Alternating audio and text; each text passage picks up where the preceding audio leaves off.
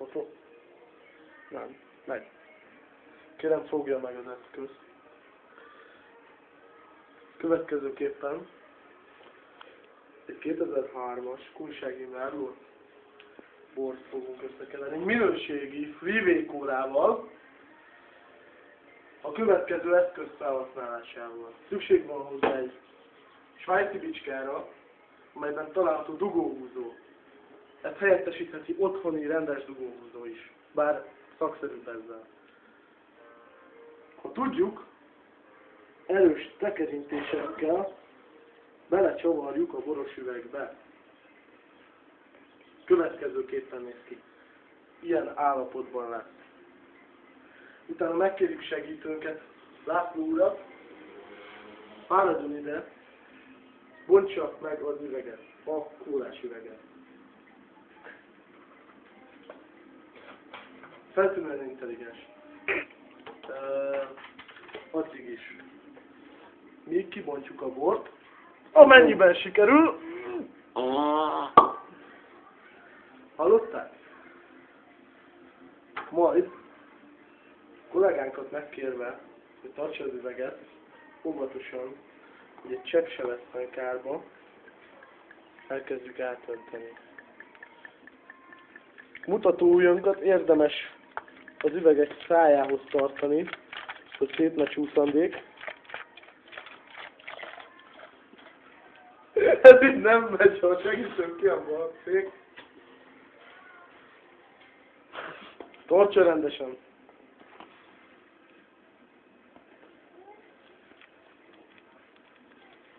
Fáj a karom! Ez az a kar, ami fáj. Ez. Vagy az is lehet, hogy az is fáj. Óvatos mozdulatokkal öntjük át a bort. Feltételezve azt, hogy segítőnk nem engedi el az üveget.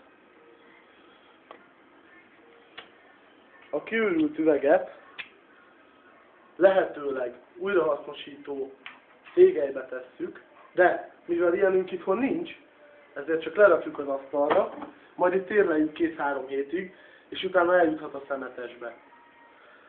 Most következik a kóla hozzáadása. Ügyes segítőnket megkérjük, hogy a következőképpen adja hozzá a kólát. Használj, vigyázz, te is, Coca-Colát. Higítási aránya, Akkor kólát. Várja. ez egy feltűnően jó minőségű freeway kóla. Freeway. Ami a lábat illeti. Ja, nem az, nem az. Tehát megkérjük ügyes kollégánkat, hogy az üveg azon részét, amely nem tartalmaz semmi nemű, se nem alkoholt, se nem egyáltalán folyadékot, ahhoz adjon hozzá megfelelő mennyiségű freeway, hangsúlyozom, freeway kólát.